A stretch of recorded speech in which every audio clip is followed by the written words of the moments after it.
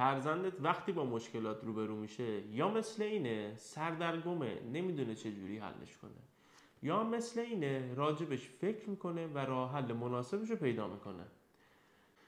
مهارت حل مسئله مثل حل کردن یه پازله که یه قطعهش گم شده و با تمرین‌های متناسب با بچه‌ت میتونی این مهارت رو تقویت کنی. اولین راهکار برای تقویت مهارت حل مسئله داستان سازیه. از فرزندتون بخواهید مشکلی رو برای شما به صورت داستان تعریف کنن و خودشونو به عنوان قهرمان داستان جا بزنن و ازشون بخواهید قهرمان این داستان برای حل کردن مشکلش باید چیکار کنه. راهکار بعدی بازی نقش هاست. پدر و مادر با فرزندشون بازی میکنن. پدر و مادر نقش شخصی رو بازی میکنن که یه مشکلی رو داره و فرزند نقش شخصی رو بازی میکنه که این مشکل رو میخواد حل کنه.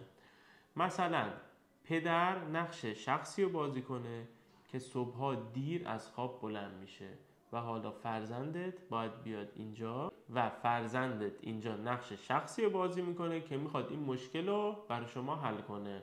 و یا بازی های دیگر مثل دکتر بازی کردن که پدر نقش یک بیماری رو ایفا میکنه و فرزندت نقش یک دکتر. راهکار بعدی تمرین تقسیم کردن مشکلات بزرگ به قسمت‌های کوچیک‌تره. به عنوان مثال فرزندت داره برای یک امتحانی آماده میشه که 4 تا درس داره. این درس ها رو بیاد به 4 قسمت تقسیم کنه، درس 1 2 3 و 4 و بعد از پایان هر درس مقداری استراحت کنه. این تمرین ها باعث میشه که مهارت حل مسئله فرزند تقویت بشه و وقتی که به مشکلی برمیخوره بتونه اون مشکل رو حل کنه. اگه این ویدیو رو دوست داشتی این ویدیو رو لایک کن و برای بقیه هم بفرست.